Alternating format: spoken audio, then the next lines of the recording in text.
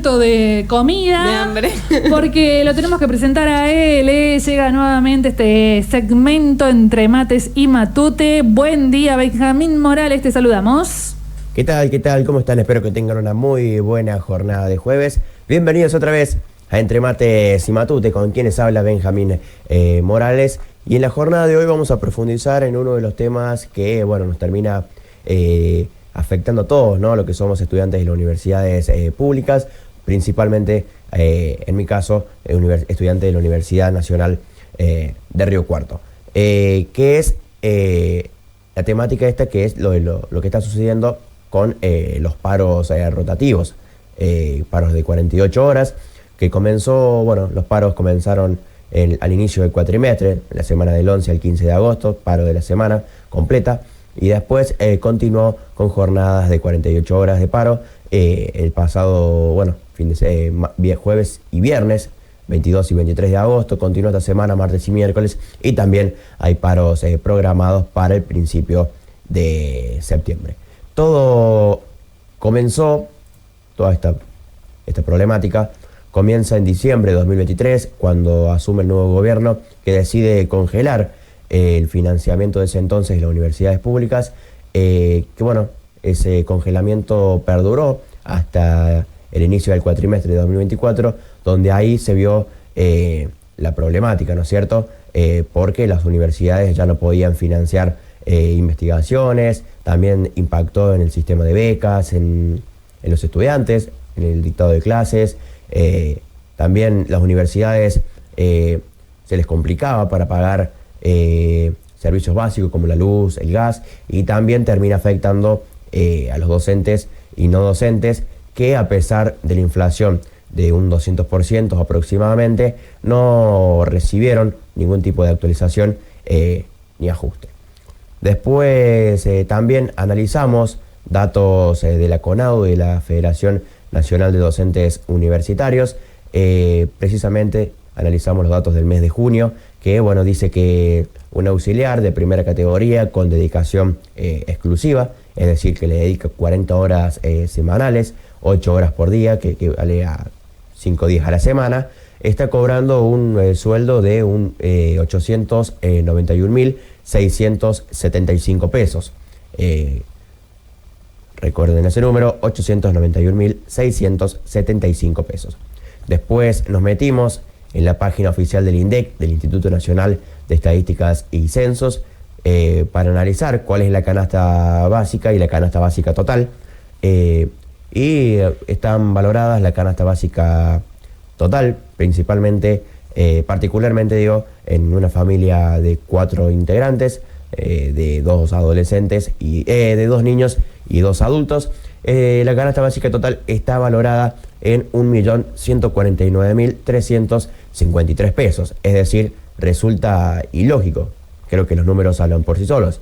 Un auxiliar que está todo el día en la universidad, que no tiene tiempo para hacer otra cosa, no alcanza lo que es la canasta básica total. Y esta canasta básica total integra servicios como transporte, salud, educación, también integra los alimentos, vestimenta, pero no está incluido el alquiler. Es decir, un auxiliar que está recibiendo 891.000 pesos no alcanza la canasta básica total y encima tiene que ver, si es que no tiene casa propia, cómo pagar el alquiler. No resulta muy lógico. Para esto estuvimos en diálogo para que lo analice o que nos cuente más a fondo qué es lo que sucede.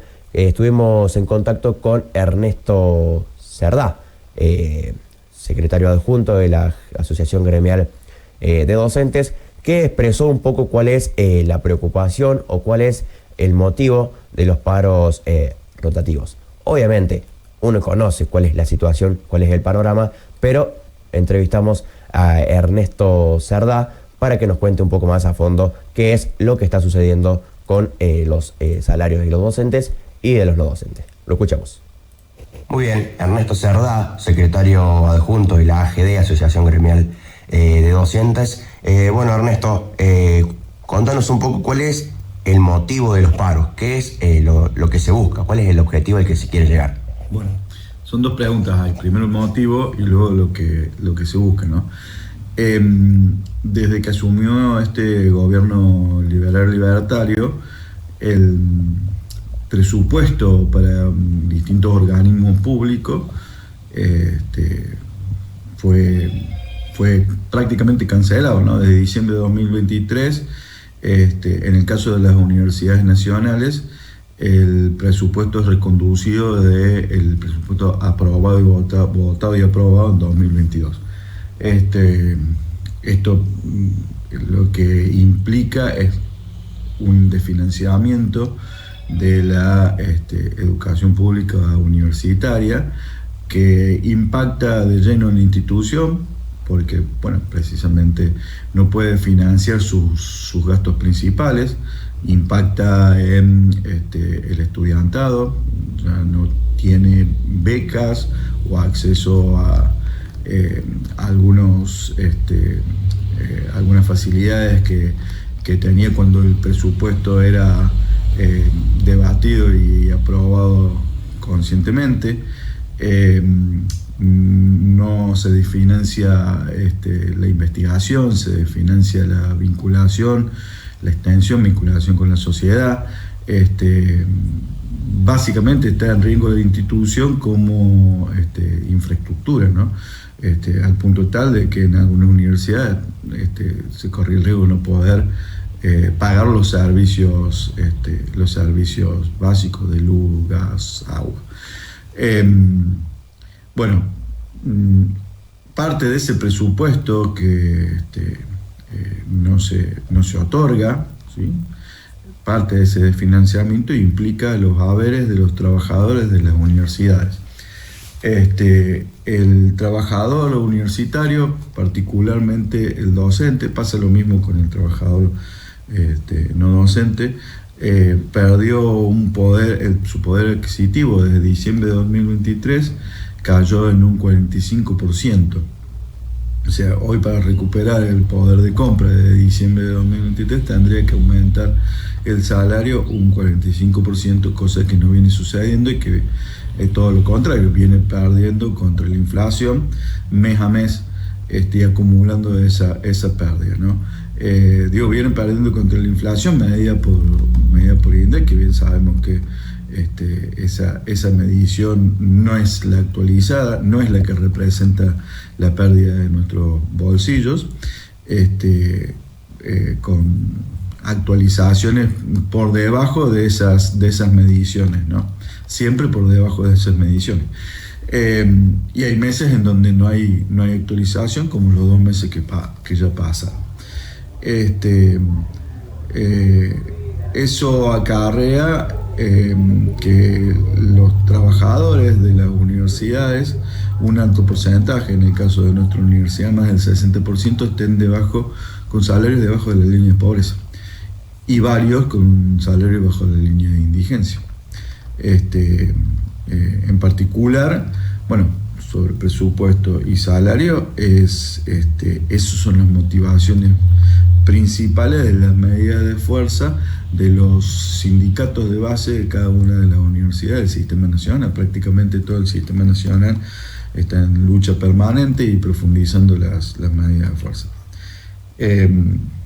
A raíz de esto, bueno, en el Congreso ya el segundo proyecto que se presenta y que las dos instancias del Congreso aprueban, que es un proyecto que termina siendo ley de financiamiento universitario. Estas medidas de fuerza y medidas de lucha van tendientes a que el veto anunciado por el Ejecutivo no tenga tanta fortaleza como lo que tuvo el año pasado y que se pueda revertir dicho veto. ¿Con qué? Bueno, precisamente involucrando a la sociedad, trasladando la situación de todos los organismos del Estado, en particular, en este caso, la universidad, para concientizar y para que en la calle el reclamo se haga cada vez más. Claro, con movilizaciones, que no quede solamente como algo propio de la universidad. Exactamente, para que en la calle cada vez se haga más evidente este reclamo. Bien, algunas de las palabras, ¿no?, que nos comentaba Ernesto Cerdá acerca de la situación, ¿no?, que está viviendo la universidad pública y la situación que están atravesando también los docentes y los no docentes.